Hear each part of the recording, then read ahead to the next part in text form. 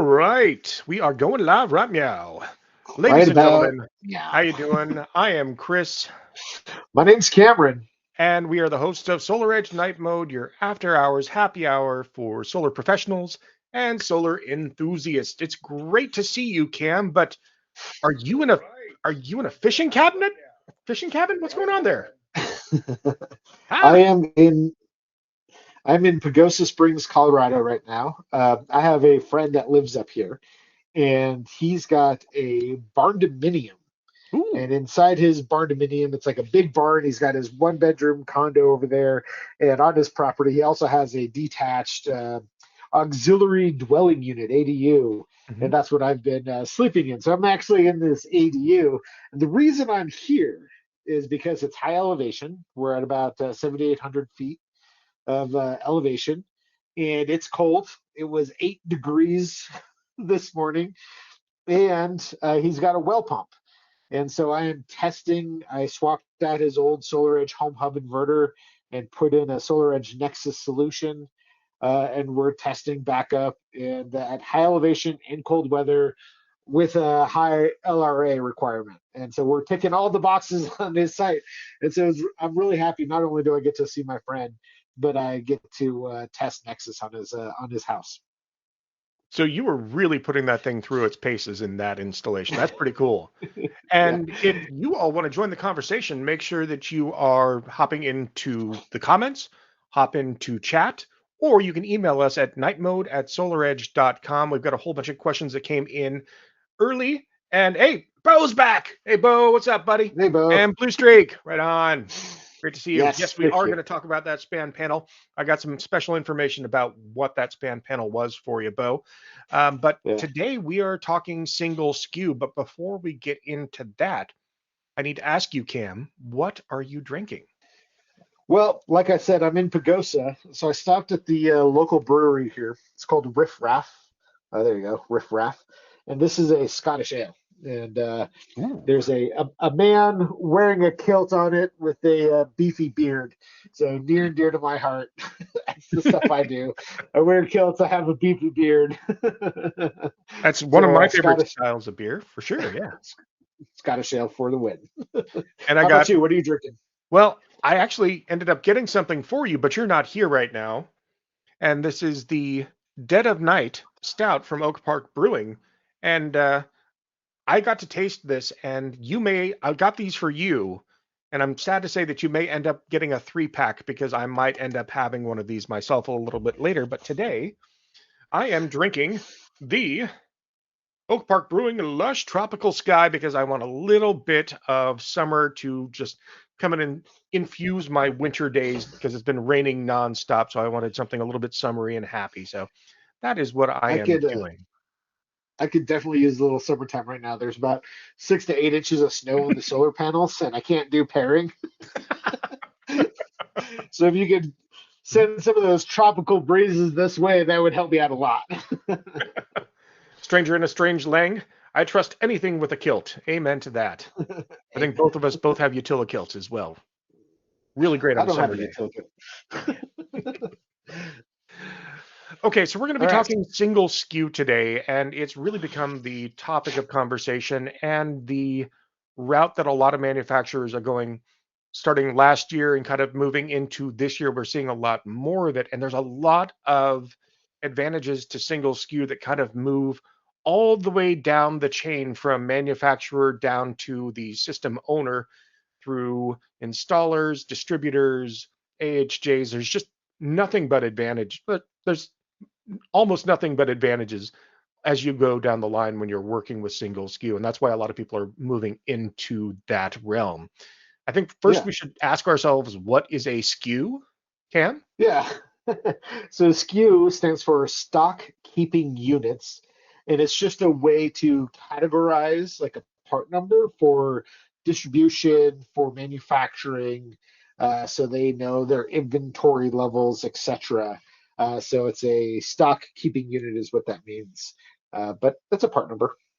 So essentially, we've got one inverter to rule them all. So we've got one inverter that can do everything from 3.8 all the way up to 11.4, essentially, right? That's right. And And everything so in I think between. I think it's important to note that, there's been other industries that have done this for years, and it's just the solar industry that is now catching on. So if you open up any HVAC system that has like a motor or a pump, a well pump, there's often, or you go into commercial buildings, there's often times you look at the nameplate rating of the product and there's a tick box. And so the installer will tick the box and tell you what this thing is configured as. So if you need to change, oh, this is at 240 volts, this is a 208-volt system, now it behaves a little bit differently and you just tick the box and that's what it is. So solar, the solar industry kind of has been lagging in that regard, but now we're starting to catch up to other industry standards. And so I think the way SolarEdge is doing it is pretty unique. And I've been getting a lot of great feedback from installers and from AHJs, and I think it's definitely worth talking about today. Wonderful. So let's start off at the manufacturing level because that's where we're at. Yeah, sure. Um, Manufacturers for all of us, I mean, big advantage. I think if you've ever worked with SolarEdge or a lot of different manufacturers, is because you have so many different power classes and so many different feature options, it creates this huge long list of stock keeping units that have all these SKUs that have to be tracked and sent through distribution. They have to be Yep. tracked by installers all up and down the supply chain. And it just becomes this kind of nightmare of convoluted numbers that all kind of mesh together. Now that Yeah. we've got one part number to rule them all that can do just about everything, now we don't have to worry about any of that. Now it's just, I want to order something or I want to distribute something. I just say this and how Yep. many units. It's really hard to manage those inventory levels too. Like, so from a SolarEdge perspective, we have to like manufacture those products. And there, I remember a time where we had home wave inverters, standard. Then we had home waves with a revenue grade pi meter in it. And then we had home waves with a revenue grade pi meter and a cell meter. And then we had home hubs. And then we had to make sure that the home hubs had an extended heat sink. And so we just had like this, and we had inverters for every power class. And so like you just multiply these out and it's like spreadsheets and spreadsheets and spreadsheets of SKUs. And it's really difficult to figure out what exactly are you looking at, right? And do you have the right product? Are you installing what you should be installing? And so from a manufacturing perspective, I think the biggest takeaway is now, like you said, one inverter to rule them all. We're just manufacturing one inverter and it is programmed out in the field. And because we're only manufacturing one inverter, now we can reduce our manufacturing costs. We don't have to buy parts for 3.8 and buy parts for 5.7 and buy parts for 7.6 and 10 kilowatts, et cetera, et cetera. Now it's all just one inverter and we can buy those parts in bulk quantities because now it's just one inverter for them all and we have reduced manufacturing costs. We're deploying these products all around North America and now around the world. We're starting to ship single SKU inverters to Australia, to South America, to support those markets. And again, the installer programs it when they see it, when they install it. Yeah, that is one of the really cool things about single SKU and our manufacturing plans moving forward is the USA is going to become a manufacturing hub for the world. So American jobs, American taxpayers, everything's happening here. Not everything's happening, but a lot of things are happening here in America and it's going out across the world. And I just love that idea. I Yeah, also love the idea of like having like one pipeline of manufacturing lines where it's just one inverter being manufactured. That means that everything becomes a lot more uniform. It becomes a lot easier to QC everything and QA everything and make sure that, our consistency of manufacturing is going to be a lot better moving forward because we're only manufacturing that one unit. And beyond yeah. that, I mean, from an RMA perspective, we don't have to worry about like, well, do I have stock of this specific model that this site needs? Now it's just, here you go. Now Right. you get this inverter. So are we moving Yeah. to yeah, Yeah. like you said, long story short, Chris, like yeah, from a manufacturer perspective, single SKU is all like sunshine and rainbows over here. Like we're like, yes, inventory management, uh production, Forecasting is a lot easier. Shipping is a lot easier. And then also we talked a little bit about RMAs earlier, and I think that's going to be a big help boon for installers. So this may be a good time to segue into what's the benefit for an installer with I single SKU. was going to compliment you on the segue there. That was really good. So again, with installers, as an inventory manager, as a purchaser, I don't have to worry about like managing all these different single SKU, all these different SKUs. Now I just order one inverter, and when everything's getting loaded up onto a truck, now it's just one inverter. I don't have to worry about sending somebody out to site with the wrong inverter box. They don't have to run Yeah, back and forth between the warehouse. It's just yeah. simple. Man, there's been a lot of times, like there's a lot of distributors that work with their installers that will drop ship equipment at the site for the installer to help those logistics costs. But yeah, like now with single SKU, you're guaranteed to have the right product. There is no way for you to have the incorrect inverter if it's a single SKU inverter. So like, oh, were you worried that you showed up to site with an 11.4, but you were expecting to install a 3.8? No, it's a 3.8 inverter. You just program it as 3.8 and you're good to go. Yeah, I also see that being like the a really big boon when it comes to doing things like working with your AHJs and with your utilities. In particular, like if you are going through and doing your interconnect agreement, now it's just most of these boxes are already pre-filled for you on your interconnect. They're always going to be the same. Yeah. You just have to put in a few specific items rather than going through and line by line going through everything. So let's stay before that's a great segue to HJs. But before we do that, Okay. I want really clear like I want to enumerate in many ways why CSU is beneficial to installers. And I want to start with a cost perspective. Okay. So, like I said, when we as a manufacturer can just manufacture one product, our manufacturing costs go down. And we've passed those savings on to installers. And if you were to go buy a single SKU inverter, you should never quote me on pricing because it's up between the installer and the distributor what the pricing is. But I'm just going to throw a round number out there. So let's say the inverter is now $500. It's a lot less expensive than it used to be, right? So now, because it's less expensive, you can look at those inverters like a consumable part, and you can carry a spare on your truck. So if you're trying to do O&M management, you carry a spare inverter on your truck. You roll the truck to your customer's house. You call SolarEdge support. You do the troubleshooting, and I'm sorry, maybe something bad happened, and we have to RMA the inverter. You have a spare inverter on your truck, and so now you swap the inverter out. You say, "Oh, I'm swapping from inventory." SolarEdge replaces your inventory with a single SKU, and one truck roll resolution. So now your O&M costs are going way down because you don't have to call SolarEdge support for tracking information to double check the case. You don't have to do those things. You can have this part on your truck because it's so much lower cost now. And that to me is the big boon for installers is you want happy customers even when bad things happen. Like just carry the spare part on your truck. It's so easy to do, just to have it with you and have that one truck roll resolution.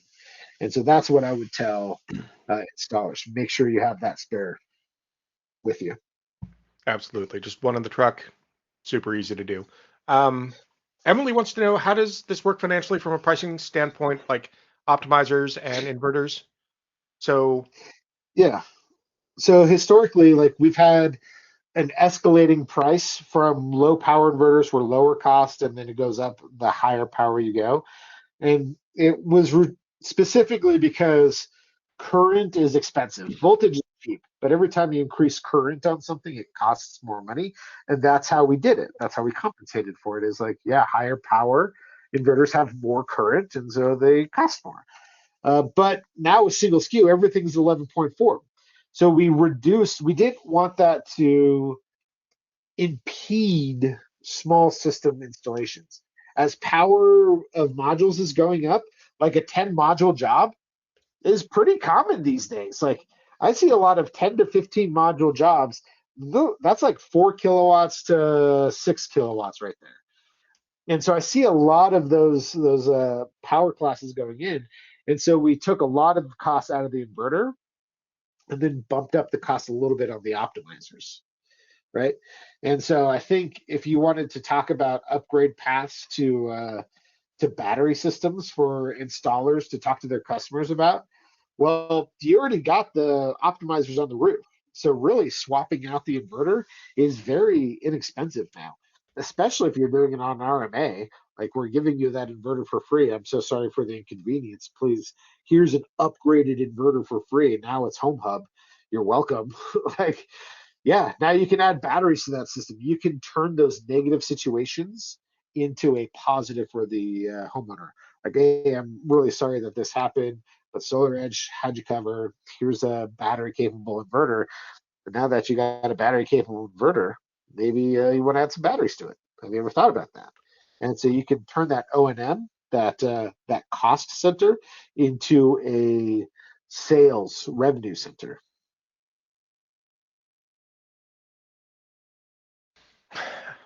Glenn Felty wants to know, Cam, how are you not out there in the mountain with 20 inches of fresh powder? Yeah, no. So I'm gonna have to divulge some personal information. I grew up in the desert, and so I've only been snow skiing one time in my life. But it would be a perfect time to go snow skiing right now. Yeah, I miss Colorado snow. It was the greatest. But you also have to deal with some delays in equipment. So you're going to be going to Durango tomorrow, Yeah, or yeah. yep. No, tonight after this, I got to go to Durango to get some parts to finish up this Oh install. boy. So you and your So it's buddy are like, going to truck on down there. yeah, hour trip each way. But that's fine. It's par for the course. These things happen. Okay, All right. so we talked about benefits to RMAs, price points, and how that all kind of works out. How, like, even though optimizers are going up a little bit, that's kind of offset by the inverter going down. And if you're like installing a 3.8 kilowatt system or slightly larger and you got 10 panels, you've got 10 optimizers. So that cost offset is negligible. But if you're doing an Yeah, 11.4, then it all balances out on either end of things. Even yeah, though you're yeah. paying for And then more for optimizers on a bigger system, you're paying dramatically less on the inverter level. yeah, and I think that again, the key takeaway is like, hey, what's that doing to the system price? Yeah, I think overall your system price is still going down, which is important. Mhm. But what it does is it increases revenue opportunities and decreases costs in O&M. So like again, like just carry the spare inverter on your truck. I cannot stress this enough to you.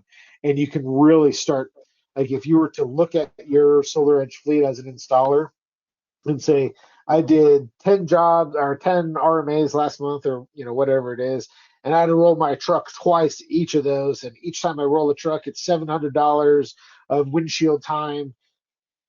Cut that in half immediately. So I'm going to save you 7 grand a month just by putting a $500 part in your truck, Yep. right? And Like, if a person had a home wave inverter previously, now they've got a battery ready inverter. Now they've got the ability to upgrade to a battery system and offset some of those peak rates if they're in one of those jurisdictions.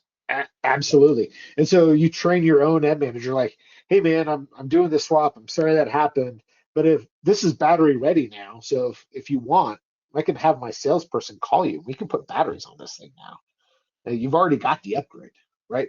And that is clutch right there. Like just having that one sentence, like, oh, I'm not a sales guy, I'm a service tech, but now you've got the parts ready to do it. Do you want me to have a sales guy call you and talk to you about the benefits of batteries? Hmm. And like that is what every O&M manager should be looking at right now.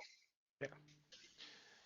We got some good partners that are doing pretty well by swapping things out either through Reenergize or now through RMAs and swapping out into single SKU.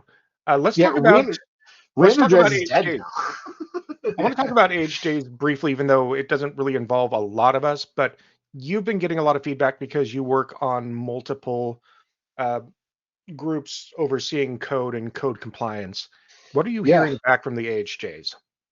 That's a great question. So a lot of the HJs were very hesitant at first, and that's not to say I still don't get pushback. We still absolutely do get pushback, and we're educating and talking to these HJs every day.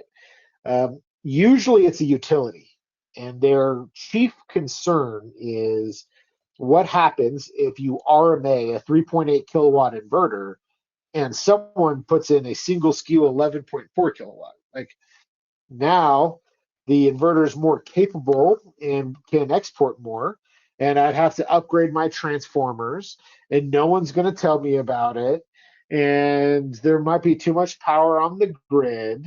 And those are all, I'm going to say, legitimate concerns. Like Hmm. those are good concerns. But the method that we've devised for the single SKU inverter RMA swap is you scan the old inverter and you scan it and you say, this is a 3.8 inverter. And then you scan the new inverter. And when you scan the new inverter, it sees the old scan and says, oh, I need to be a 3.8. Make sure you put the 3.8 label on. And so you put the 3.8 label on, and now they match. And once they match, then you can finish the installation and commissioning. So we have done a lot to prevent uh, misdoers, misdeeds Hmm. into keeping the power level on the grid of what's there, keeping exactly as it should be, as what was permitted, what was in the interconnection agreement. And so that's the concern from an AHJ perspective is like, how do I guarantee that the inverter is what it should be? It was what was told to me in the interconnection application. And so we devised this scan old, scan new. And scan old, scan new is, I'm going to say, even better than what we do today. And so if you were to, again, maybe go out to site with an inverter in your truck and maybe you grabbed the wrong one. And so you went to replace a 3.8 and you had a 10 kilowatt inverter in your truck, you might just replace it and not tell anybody and just say, yeah, whatever. It's cheaper for me to do this than it is to get the right, go back, get the right product, come back. And so without the scan old, scan new, there's no double checking there. So with SolarEdge, we have our scan old, scan new, and we are confirming what you're taking off the wall is being replaced with what's going on the wall, right? And so I think that's the key takeaway. So from an HJ perspective, I see the concerns, and we've done a lot to improve the methods of installation and improve the experience for the homeowner and the installer. And we've always kept in mind safety first, safety always is kind of our mantra around here. And we wanted to make sure that we're doing it right, like Hmm. people are doing it the right way. And then also, I think from an HJ perspective, like again, like you look at the CEC website and you see all of the part numbers of all the inverters that are approved on the CEC website, and you have to manage databases and no more. It's a single SKU inverter. This is what we have. And so that from a interconnection application perspective, I think will help AHJs the most. From a city standpoint, when they're inspecting a single SKU inverter, we have been getting a lot of questions. They'll see that the label says 3.8 or 5 kilowatts or 6.7 or whatever it is, and or 5.7. They'll see the label and then they'll look at the serial number and the part number at the bottom. And the part number they see USE 11,400 dash US, right? H dash US. And they'll say, oh, no, this is an 11.4 kilowatt inverter. No, no, no. They're used to seeing the power class and the part number. And they just need to get rid of that kind of old mentality, that old idea, because, yeah, that is the part number of the inverter, but it is by no means configured as an 11.4.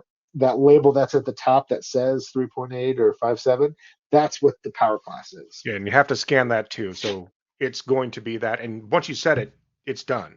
You don't get to Yeah, set it again. You can't change it later. If you do accidentally set it to the wrong power class or you have a problem, and you've got communication, support can go in and change it for you, but there's no way to change it on site. So if like somebody buys a house and they're like, I'm going to make this inverter more powerful, they can't do it, which is great. The one thing that I love for like TPOs, AHJs, utilities, and installers specifically is the fact that when you do the whole commissioning process, you scan all the stickers, you set the power class. At the end of your commissioning process, you've got a commissioning report that details everything about the Yeah. inverter. It talks about like where it's installed. It talks about who the owner is. It provides additional contact information. If you're in one of those jurisdictions, like our friends in Hawaii or some jurisdictions in California or out on the East Coast, Northeast Coast, there are some jurisdictions that require very specific parameters to be set on the back end for utility interconnect, and you have to be able to show that those settings have been put in. Commissioning Yeah. report at the very end, you just hit a button, it exports it as a JPEG or a PDF, and you hand that off to your AHJ, or if you're an installer working as a sub for a TPO, you hand that off to your TPO. All that information is already done for you. So you don't have to go back to the office and do an hour or 2 hours worth of paperwork. It's just email it. Yeah. Absolutely right. And I think that's like that right there. When I first saw the commissioning report, admittedly, I was like on a beta site and I'm just like skip, skip, skip, skip. I need to get to what I need to get. And I was frustrated by it because like it was popping up, populating this huge report that I had no idea what it was. And I'm like, yeah, just get this out of my way. I'm busy here. But now, after reviewing what the commission report is and all the information that's in there, I'm like, oh man, every time I do a commission report, I'm going to save it to my phone and email it. So I have a digital copy of everything that was programmed in the inverter. So if you have a utility that's asking you, what's your frequency trip points? What's your low voltage right through look like? What are you doing? You have it on the report, the digital report, and you can email it directly to them. It's a And so great I think that, CIA as an installer. I yeah. promised that I would talk about, we're starting to run short on time, and I know you have Okay. to get on the road. So let's talk briefly about homeowners and some of the benefits. And my number one benefit of single SKU, um, in a way, almost conflicts with what you were talking about with AHJs, but really doesn't. There are two power classes that you can set on these inverters. Number one is when you're grid connected. So this is what your interconnection reflects. This is how you interact with the grid and what you're allowed to do, transformers and all that whatnot. But there is a second setting if you've got an inverter that can go into backup with, say, a backup interface, or if you've got a meter collar coming up in the future, and that is your off-grid power. Yeah. And because it's single SKU, it's capable of doing all these different power classes. And what you can do is you could be potentially running as a 3.8 when you're grid interconnected. But when you disconnect from the grid, now if you've got, supporting breakers and conductors, now you could potentially run as high as what, 12.5, 12.6, 12.5? 12.5. Yeah. Yeah, 12.5 kilowatts of backup with 12.5 in the home backup. hub. So that same inverter, if you've got enough solar power on the roof and enough battery power, you could Yeah. power your entire home with the same inverter without grid power. That's absolutely right. Yeah, And with PCS, there really is no need to set your limit to 3.8 kilowatts. Like the only reason to do that is like maybe the utility is requiring you to set it as the 3.8, but you could say, oh, I'm using power control systems and I'm going to power limit it so that there's no more than 3.8 kilowatts exported. So any excess production then charges the batteries, whatever, powers home loads. Or you could say I'm doing busbar current management. So I have a 100 amp main service panel or main distribution panel, and I have a 3.8 kilowatt inverter. But with busbar current management, now you can do an 11.4 kilowatt inverter on that. And you make sure you install your CTs in the correct location because we're measuring current on that bus bar, and we will ensure that it never exceeds 80 amps, which is the bus bar rating. Yeah, bus bar maximum drive. rating, or yeah, maximum continuous rating with a 120% safety factor. Right. Okay, it's question time. And I'm going to smatter in some of Bo's stuff because, Bo, you've been absolutely wonderful about being patient. So, Cam, Yeah. I'm going to start off with asking you about that stand panel that everybody saw in the teaser for this episode. Yeah. What is that stand That's panel cool. and what size is it and where did it come from? Yeah, it's a 200 amp span panel. It's a 32 circuit span panel. It was one of the first kind of three alpha units that they had that had the 200 amp relay that isolated from the grid. And it was one of their test units to work with SolarEdge. And that big compartment that you see in the bottom was designed to house a auto transformer, 5 kilowatt auto transformer. And anyone who's installed our products knows that the Home Hub series or the SolarEdge Home line uh, has a backup interface for its microgrid interconnection device and has an auto transformer in it to be able to split our phases from 120 from a 240 to a 120 240. And so that's what that was for. So it was designed to replace the buoy. Um, we never we could never come to an agreement. So again, it was like one of three in existence. So I'm proud to have that test unit. I think it's awesome. I love my span panel. It's very rad. Uh, so that's what it is. It's the same 32 circuit span panel that they have today, except they don't have that giant compartment in the bottom anymore. Okay, Jeff wants to know, does PCS work with the meter collar, or do I have to use some CTs in addition to the meter collar? And are there Oh, any more buddy, supported? PCS with meter collar, no more CTs. One of the biggest pain points for a lot of installers is Yeah. CT installation. So with the SolarEdge Nexus Islander, that has the CTs integrated into the meter collar, and so if you're installing the meter collar, that you can program it with PCS, and it is PCS certified. What if my installer doesn't approve the inverter because they don't understand single SKU? In that situation, what you want to do is you want to reach out to support, say, I've got an inspector or an HJ that is disputing this code requirement, and then say this is for compliance. And then basically what support is going to do is they're going to say, oh, that's for compliance. That's not me. That's an easy, like, pass this along, hand off the football to somebody else, and they will pass it along to our folks either in engineering, tier 3, or compliance. And then Yeah. they'll get in touch with the AHJ and give an answer. Now, don't do this expecting that you're going to get a response while you're sitting there on site with your inspector. This is something that is going to have to get passed up the chain. So this is something that they'll get a response a day or two later, So possibly a we few are hours work. later, depending on what it is. But Yeah. So no. So I work with the codes and compliance team. I dabble in codes and compliance, if you will, specifically around batteries. But my cohort, my colleague Noah Tuttle, is our code and compliance officer, and he is working on a document to give to your inspector explaining what a single SKU is, why it's okay.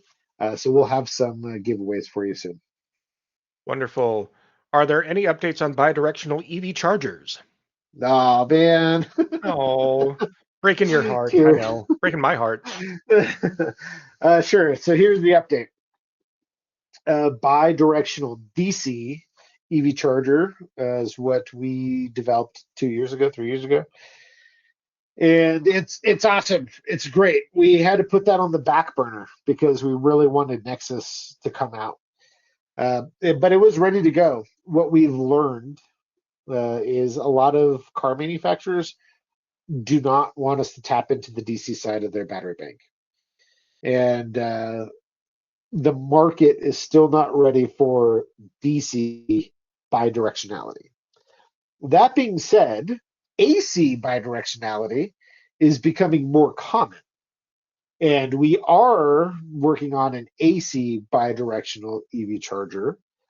So replacing kind of our what we had in the past and retuning it, if you will.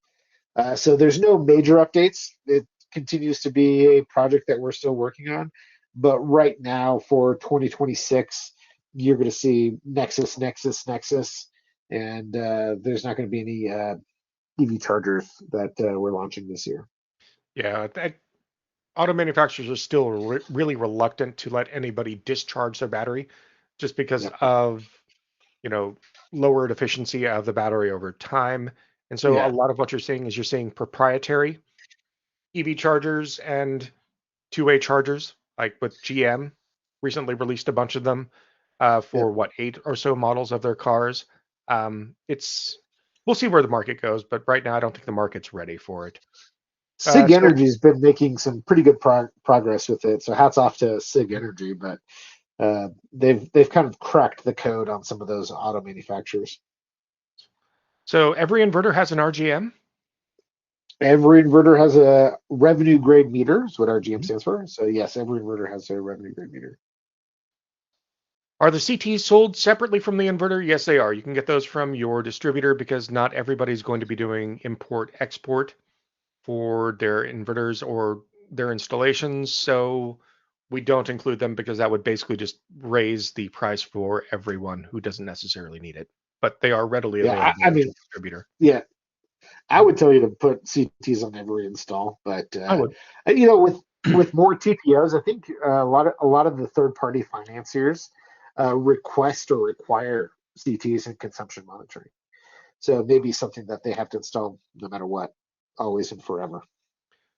Is there any possibility of a battery charging mode that only captures what we would clip since the batteries are DC coupled and we can significantly oversize the system up to 200%?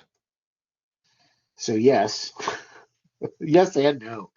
Uh, okay. So yes, we did have a battery charging mode that was specifically designed to charge from clipped energy only. And when your battery did this, you could use the storage profile creator to tell your batteries to do this. It was only configurable by the installer and not by the system owner. The problem therein is the battery only charges from clipped energy.